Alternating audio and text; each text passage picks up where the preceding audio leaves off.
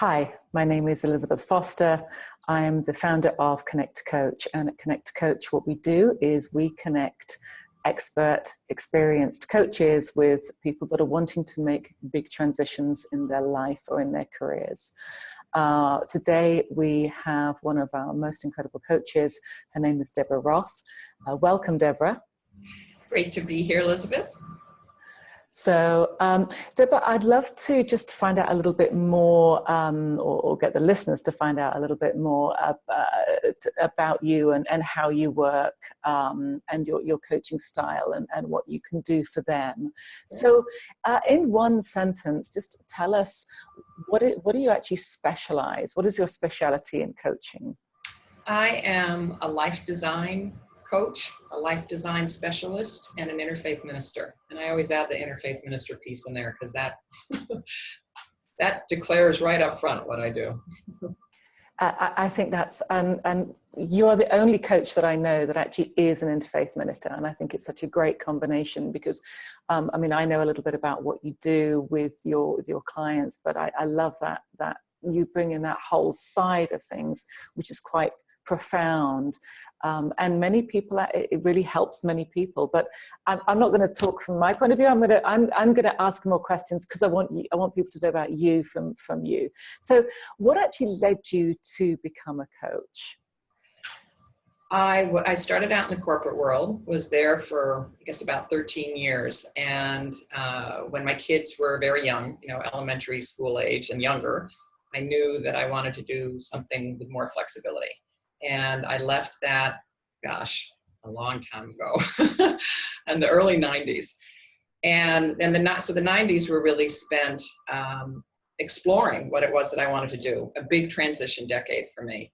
I got my master's degree in psychology, wasn't quite sure what to do with it until I was introduced to the idea of coaching, right as I was finishing this program that I was doing, counseling training program. And a light bulb went on. And at that point, coaching, so this was like 96, 97, at that point, coaching was certainly going, but not as we know it today. And that was just kind of my epiphany. And because I'd been through my own, and was continuing to unfold my own transition, both life and career-wise, that was, to me, the obvious place to work with people. And I'd always had an interest in looking at how we support ourselves mentally, physically, emotionally, spiritually. What Stephen Covey and his 7 habits, well, now there's 8 or 9 habits, but his original 7 habits, he calls it sharpening the saw. And he says very clearly that spiritual self-care is one of the ways that we keep our saw sharp, so to speak, that we help all parts of our lives by taking care of ourselves on every level. So for me, it was important to me to find a way to work with people that encouraged them to operate whatever arena in their lives we were talking about, to come from a place that represented their core values, what was important to their soul, to their spirit. So, and the name of my business is Spirited Living, which kind of captures it all. That's so cool. That's so cool.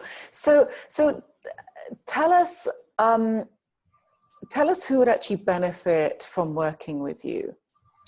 I would say, and what I say to people, who are asking about it, if you have a friend or if you yourself feels like you're stuck, feels like you're overwhelmed, maybe there is one particular part of your life that you're in transition. It could be anything from the most typical one, which is some kind of career change, or that you want to be in some kind of career change, but not quite sure, what direction you want to go.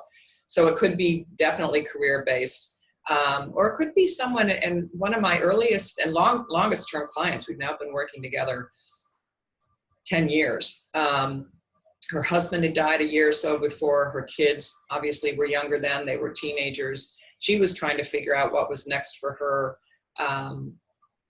career-wise, but also really finding out what she wanted to do in her life.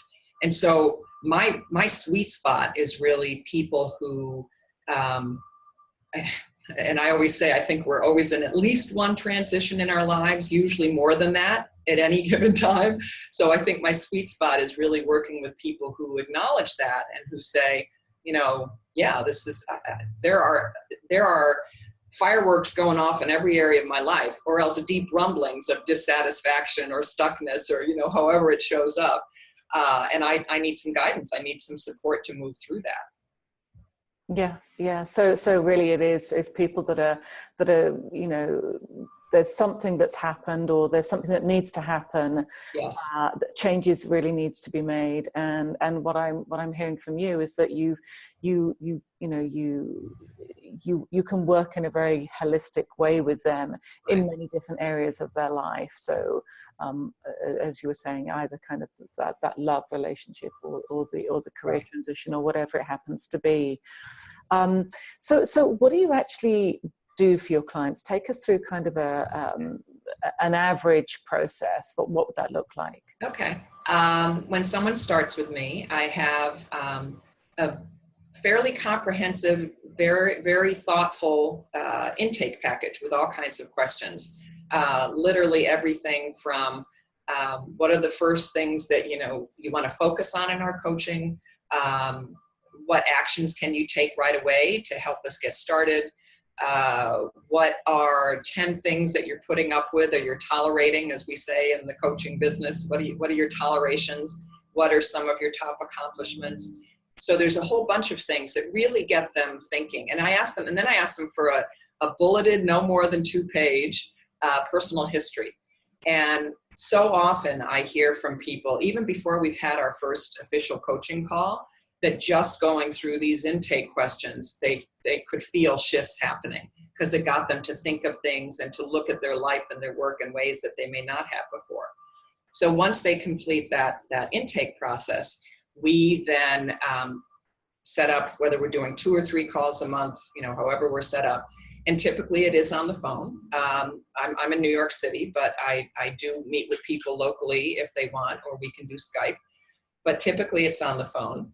And before we talk, each call, however often we're talking, my folks send me what we call a client prep form, which again gets them to really sit and reflect, hopefully the day before, hopefully not 5 minutes before when they send me their form, to reflect on what they've accomplished in the last week, or whenever it was since our last call, what they didn't get done that they wanted to, what challenges are up for them, what opportunities are up for them, and what they want to focus on the call. It's completely client driven. And I think it's important for clients to understand that their work really happens in between the calls. On the calls, we come together, we kind of hit the ground running, especially if they've sent me their client prep form, because we don't have to do all of the catch up of everything that's gone on since the last call. And so we can just, okay, this is going on. I've got some questions about some of these things that you mentioned, that kind of thing. Now, what is it that you want to work on between now and when we talk again? So it's very action-based, it's forward-moving, and the calls really give us a chance to hash things out.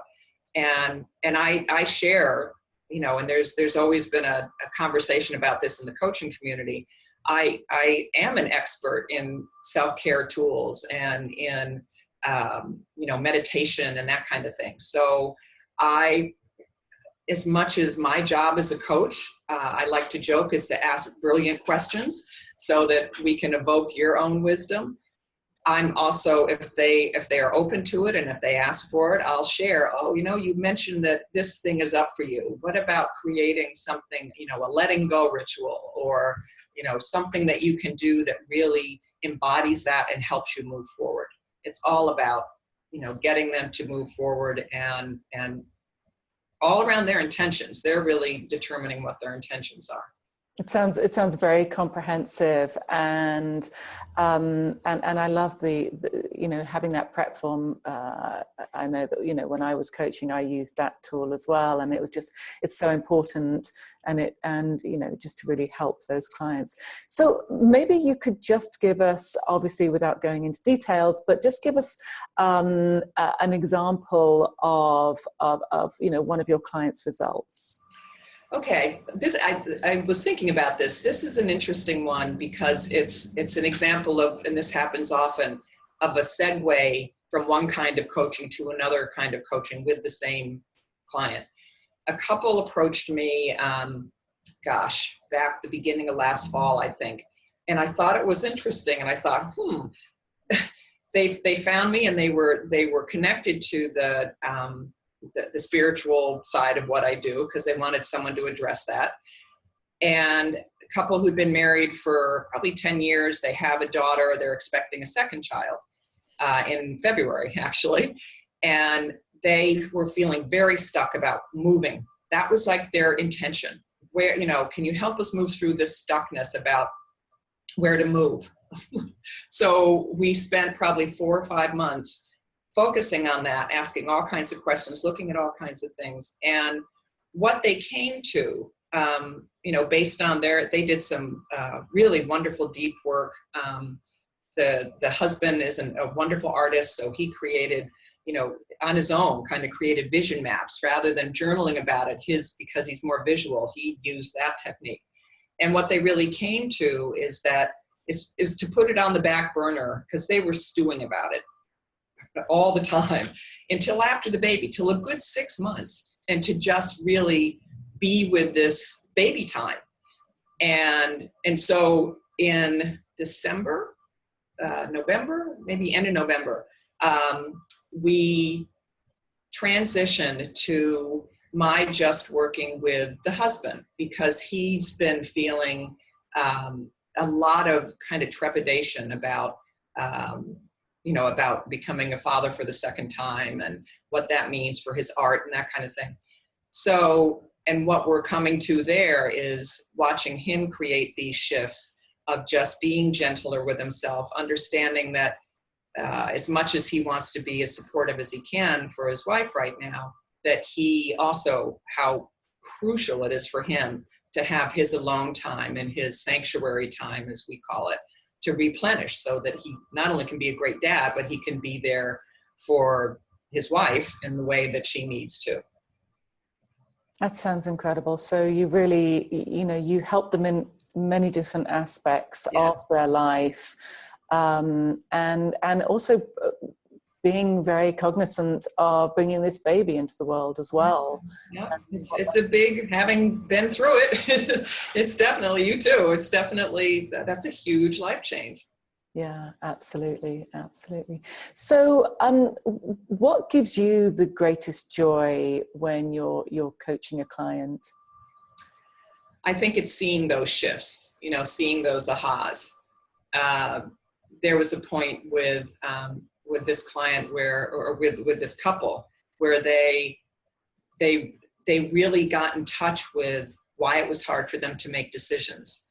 And it had to do, and it's interesting with couples, I joke about the fact that because of the kind of work that I do, we can bump up against the boundary of therapy sometimes, because we are going deep when you're talking about spirit and soul-based stuff. And typically, coaching is about looking to the future. Therapy is about healing wounds from the past. But in his reflections, and she had similar ones, it was seeing how it was watching the light go on. I mean, basically, to answer your question, about ways that their parents have interacted, or that they had interactions with their parents, even to this day, that contributed to this. And then somehow just shining a light on it allowed them to not be so hard on themselves, to name it, and to not have it be kind of this dark thing lurking in the background that they were beating themselves up about. Why is it that we can't make these decisions, and what's wrong with us? And, to be able to create some understanding about it really helped shift things for them. And I love hearing their voice. With couples, I do try to either be live or Skype, because there's so much rich dynamic that goes on between the two of them, that if I'm on the phone, I can't see. I can hear it, but it's helpful to have the visual thing with couples. Yeah, I can imagine. Absolutely. So what would you say to somebody thinking of coming to work with you? What advice would you give them if they wanted to, find out a little bit more about what you do and how you do it? It's funny. I had a web person years ago say to me, what a great filter my website was. So the first thing I would say if someone wants to work with me is to take a look at my website, because it really has all of me. It talks about, a lot of what we've talked about today. It talks about, my non-traditional, quote, non-traditional stuff that I do, includes stuff about my own life and family, which I've discovered that as a coach, if you talk about that judiciously, very carefully, it can have a huge impact on people. So, when people are thinking of talking with me, I say, look at my website, just kind of sit back, breathe, breathe it in, listen to your heart. And if my brand of blending, as I say, this right brain and left brain, all these different techniques resonates with you, then, let's talk. That's great. Absolutely. So I'd just like the listeners to find out a little bit more about you as a person, not necessarily about how you coach. So what do you do outside of your work that gives, that's a passion of yours, or that gives you joy, or that balances your life? I'm really good at self-care, I have to say. Probably the biggest thing, of course, is my family. I mentioned I've been married for 35 years to the same very amazing guy. We have 2 grown sons with fabulous women in their lives. Have a daughter-in-law who is due, who's going to be, they're having a baby in the next several weeks, so we're going to be grandparents for the first time. So that's a huge, obviously, that's a huge support for me. I sing in a wonderful women's chorus. I garden, I'm part of a community garden. I would say maybe one of the biggest passions, and it really speaks to the change that I want to be in the world, is that I founded an organization in 2009 that has gone through different iterations, but the name of it now is Fourth U Artivists. And it basically is taking performing arts, music, dance, theater, and we do actually have visual arts, and using it for activism to raise money for different organizations whose mission is to end violence against women and girls. So that's a particular passion of mine. That's incredible. Good for you. And it sounds like a very worthy cause. So who do you admire and why? Well, it's probably on everybody's mind right now, and certainly mine, because I just read the wonderful article in the New York Times about her. Michelle Obama. I mean, what a model for grace and grit and eloquence and humor. She blows me away. And I mean, she's brilliant, and if you get a chance to read the article about her, it really brings to light, which many of us knew, which was that in some ways how she had to kind of temper herself. But the fact that she could do that she knew how to, after some missteps, at the beginning 8 years ago, her very strong opinions, and the question is now, how will she share them in ways that she had to be more careful about when she was the first lady? So I don't know. I suppose a lot of people are going to say Michelle when you ask that question, but she's right in my head. Well, she's a pretty amazing woman, that's for sure. So if there was last question, because I know that I really would recommend that people get in contact with you, but one last question before we go, which is, if you could change one thing in the world, what would that be? It would be educating girls all over the world, because I think that's the root.